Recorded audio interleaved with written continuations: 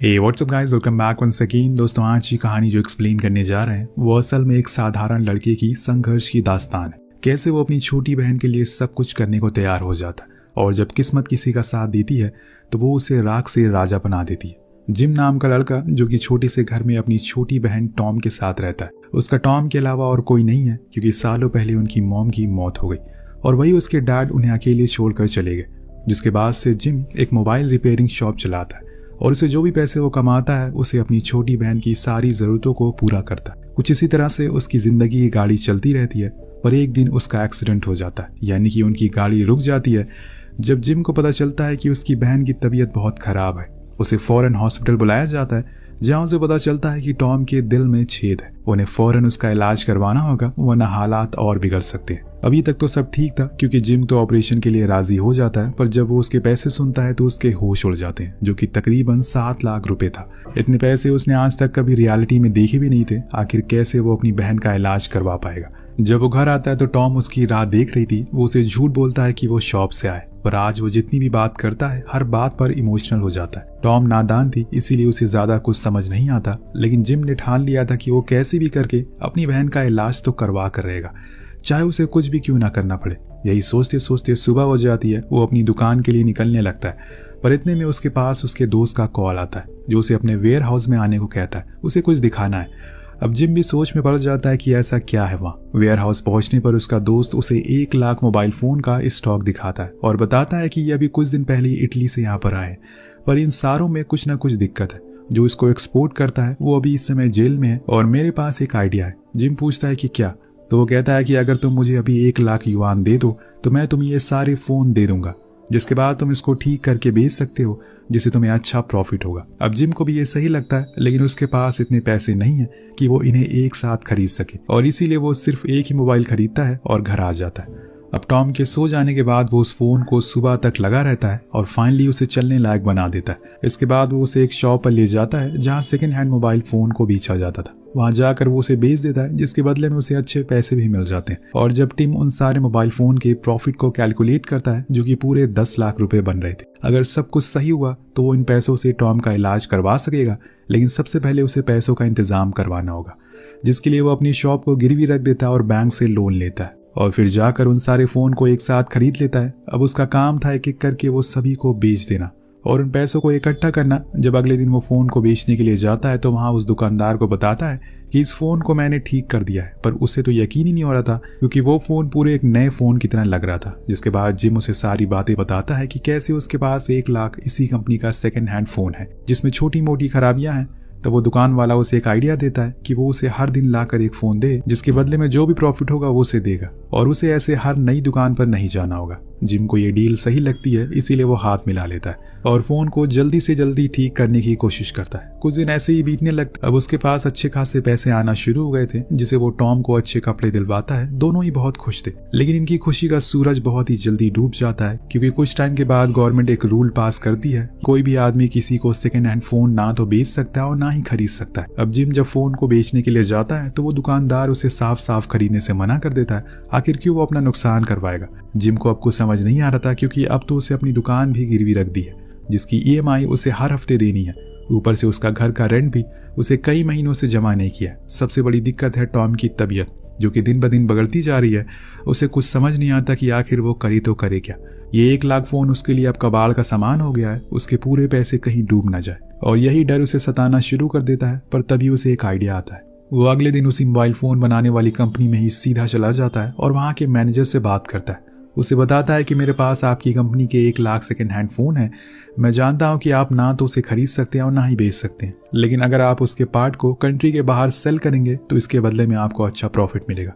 Manager कहता है कि ये पॉसिबल नहीं है क्योंकि हर एक पार्ट को निकालते टाइम कहीं ना कहीं कुछ ना कुछ गड़बड़ हो ही जाती है, जिसके बाद वो किसी काम के नहीं रहते। लेकिन जिम को खुद पर भरोसा था। वो कहता है कि ऐसा कुछ नहीं होगा, मैं इसे बहुत ही बारीकी से करूंगा और एक भी पार्ट खराब नहीं होगा। तो मैनेजर बोलता है कि ठीक है, तुम उन पार्ट्स को निकालो और क्वालिटी टेस्ट के लिए भेज दो। जब रिपोर्ट आ जाए तो मुझे आगे बता देना। जिम बहुत खुश होता है और फौरन अपनी दुकान पर जाकर काम पर लग जाता है। लेकिन आए दिन उसके पास लोन रिकवरी वाले आते रहते हैं क्योंकि उसने एक भी EMI नहीं भरी थी अभी तक।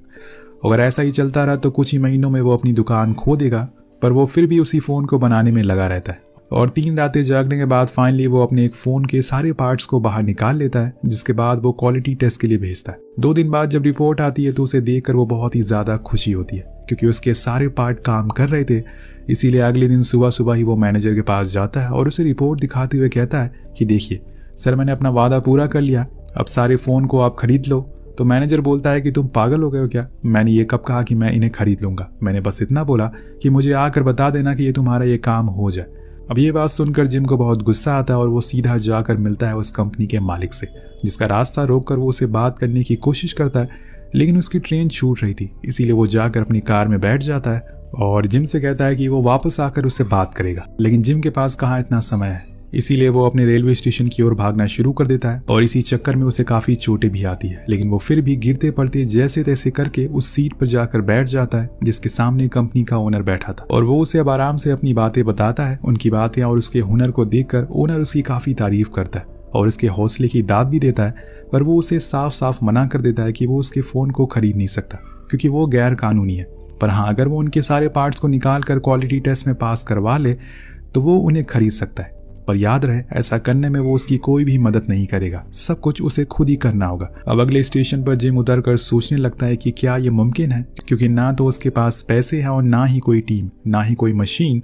अकेले वो इतने फोन को कैसे ठीक कर सकता है? अगर करने बैठा तो सालों लग जाएंगे। पर उसके पास कोई ऑप्शन भी तो नहीं है। वो टॉम को स्कूल से लेकर वापस आता है। वहां वो अपने बड़े भाई की चोटों को देख लेती है जो उसे आज सुबह सुबह लगी थी। जिम उसे कुछ नहीं बताता, पर टॉम कहती है कि अगर आज माँ होती तो आपको बहुत डांटती। अगर आपको कुछ हो गया तो मेरा क्या होगा? क्या कभी आपने इस बारे में सोचा है? जिम कुछ नहीं बोलता, लेकिन उसकी आंखों से आंसू आए जा रहे थे जिन्हें वो छुपा लेता है और घर आ जाता है, जहां पर टॉम उसकी चोटों पर दवाइयां लगाती है। वहीं जिम चुपचाप बैठा रहता है, यही सोचता रहता है कि आखिर वो इतने बड़े काम को अंजाम कैसे दे। उसे एक टीम की जरूरत है और किसी भरोसेमंद इंसान की भी, जिसके लिए अगले दिन वो अपने पड़ोसी यूंग के पास जाता है, जो अपने बूढ़े पिता के साथ रहता है। अब यहाँ जिम उन्हें सब कुछ बताता है, लेकिन यूंग का कहना था कि अगर ये काम नहीं हुआ तो वो सब कुछ खो देगा। पर जिम के लिए सबसे बड़ी चीज है उसकी बहन। अगर उसने उसे खो दिया तो वो खुद को कभी माफ नहीं कर पाएगा। वो यूंग से कहता है कि आपने हमारा बचपन देखा है, खुद से ज्यादा मैं आप पर भरोसा करता हूँ, इसीलिए मैं आपके पास आया हूँ। मेरे पास बस 6 महीने का समय बचा हुआ है ताकि मैं टॉम का इलाज करवा सकूं और मुझे ये रिस्क उठाना ही पड़ेगा। उसकी कहानी सुनकर यूंग मान जाता है, जिसके बाद जिम अपनी दुकान और अपनी स्कूटी को बेच देता है ताकि वो अब किसी ऐसी जगह को रेंट पर ले सके जहाँ उन्हें 1 लाख फोन को रख कर ठीक कर पाए। लेकिन अब उन्हें कुछ लोगों की जरूरत है, कुछ ऐसे लोग जिन्हें पैसों से ज्यादा जिम के ऊपर भरोसा है। वो आने वाले दिनों में उन्हें सारे पैसे दे देगा, पर फिलहाल उन्हें थोड़े पैसों में ही काम करना पड़ेगा। पहले तो ये दोनों एक जगह का बंदोबस्त करते हैं, उसके बाद ये एक सिंगल मदर के पास जाते हैं जिसके बारे में यूंग ने जिम को बताया था। वो एक कैफे में काम करती है और उसे टेक्निकल चीजों के बारे में अच्छी जानकारी है, और जब जिम उसे मिलता है तो वो तुरंत मान जाती है। फिर वो एक और आदमी से मिलता है जो अभी अभी जॉबलेस हुआ है, और आखिर में जाकर वो एक लड़के को हायर करता है जो कि एक गेमर भी होता है। वो अपने दोस्तों को भी साथ में जॉब पर रखने की बात करता है और जिम मान जाता है, और फिर पूरी टीम काम पर लग जाती है। लेकिन जब जिम के कुछ बूढ़े नेबर को पता चलता है कि टॉम के पास बहुत कम दिन बचे हैं तो वो खुद उसकी मदद करने के लिए आ जाते हैं। सभी मिलकर काम करना शुरू कर देते हैं, लेकिन दोस्तों जिम को कुछ और भी काम करना था, इसीलिए वो दिन में विंडो क्लीनिंग का काम करता था और रात में जब सभी लोग चले जाते थे तो फैक्ट्री जाकर खुद फोन को बनाने में लग जाता था। अब ऐसे ही बहुत दिन चलता रहता है। उसने अब सब कुछ छोड़ दिया था, घूमना फिरना, यहाँ तक कि सोना भी। वो अपना पूरा समय अपनी छोटी बहन को देना चाहता था। उसके लिए वो सब कुछ करने को तैयार था, बस वो कैसी भी करके उन 7 लाख रुपए को इकट्ठा कर सके। अब एक दिन उसी गेमर लड़की की शादी हो जाती है जिसमें जिम अकेले बैठा हुआ था। वो कुछ सोचता रहता है कि तभी उसके पास यूंग आकर बैठ जाता है और उससे एक सवाल करता है, ये सब हो जाने के बाद तुमने खुद के बारे में क्या सोचा है? यहाँ जिम की जुबान पर एक ही काम था, टॉम। वो जो कुछ भी कर रहा है बस उसके लिए कर रहा है और आगे भी करता रहेगा। वो यूंग को बताता है कि जब उसकी माँ की मौत हुई तो उन्होंने उसे वादा किया कि वो अपनी छोटी बहन को ज्यादा से ज्यादा पढ़ाएगा। वो भले ही खुद स्कूल ना जा पाए, लेकिन वो उसे जरूर भेजेगा। उसकी बातें सुनकर यूंग समझ जाता है कि उसके लिए उसकी छोटी बहन कितनी मायने रखती है। अब शादी पूरी हो जाने के बाद वो घर पहुंचता है, पर गेट को देखकर उसके ऊपर एक और पहाड़ टूट जाता है। दरअसल उसने पिछले 4 महीने से रेंट नहीं दिया था, जिसकी वजह से अब लैंडलॉर्ड ने घर में ताला लगा दिया। अपनी बीमार बहन को कंधे पर रखकर वो यूंग के घर जाता है और वहां उसे सुला देता है और खुद जाकर फैक्ट्री में काम करने लगता है। लेकिन उसे एक दिन एहसास होता है कि वो ऐसे करके यूंग के ऊपर और ज्यादा बोझ डाल रहा है। उन्होंने पहले ही उसकी इतनी मदद की है और इसीलिए वो जाकर टॉम को ले आता है और वहीं फैक्ट्री में ही कार्डबोर्ड पर सुला देता है। पर उसे खुद पर बहुत तरस आता है कि उसकी इतनी बुरी किस्मत है कि वो अपनी बहन के लिए एक बेड तक खरीद नहीं सकता। पर दोस्तों, आपने डॉक्टर कलाम सर की एक बात जरूर सुनी होगी कि वो स्ट्रीट लाइट के नीचे पढ़ा करते थे। तब उन्होंने ये नहीं पता था कि आगे जाकर वो इंडिया के रॉकेट मैन और प्रेसिडेंट बन जाएंगे। ऐसे ही सेम जिम को भी पता नहीं है कि आगे आने वाले समय में उसके साथ क्या घटने वाला है। बस इंतजार है तो सही समय का।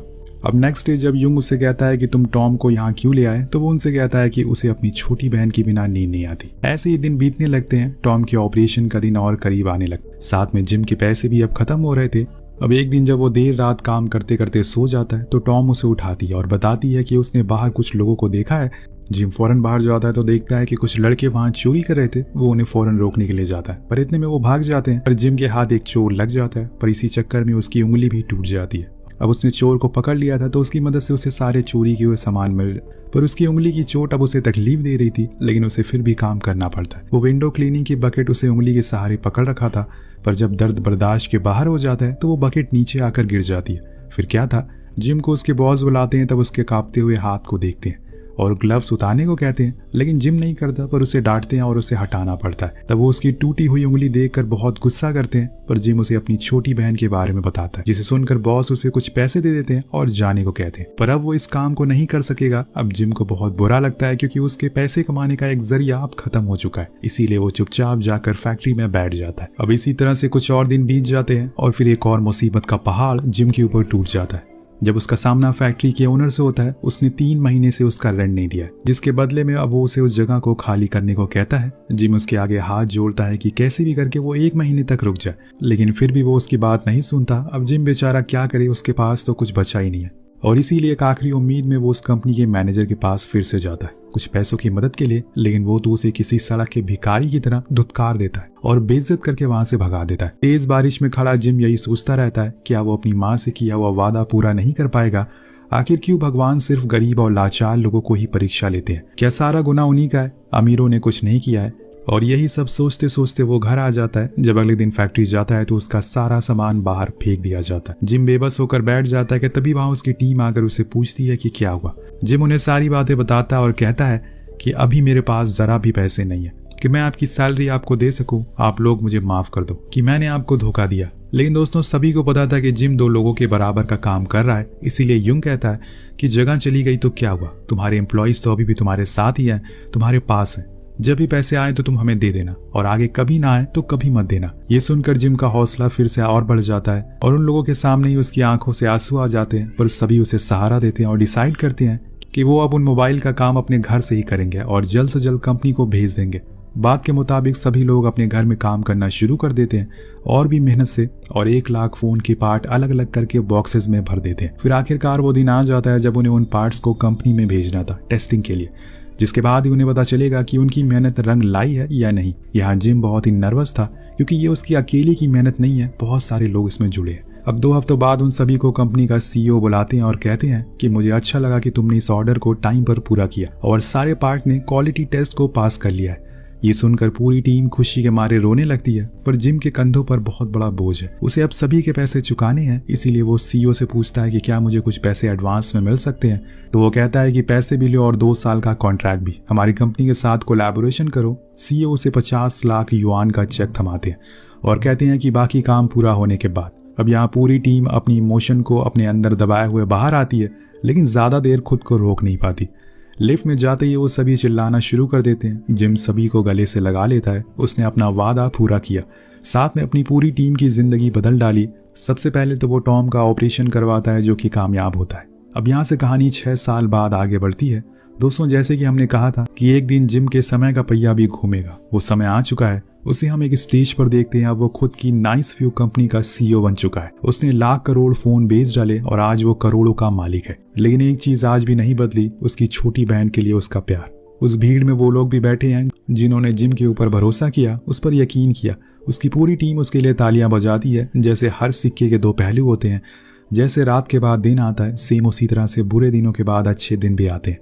बस आप मेहनत करते रहिए, क्योंकि किसी ने कहा है कि कचरे के ढेर भी एक दिन जगह बदलते हैं, तो आप तो फिर भी एक इंसान है। इसी के साथ ये कहानी यहीं खत्म हो जाती है। मिलते हैं अगली वीडियो में।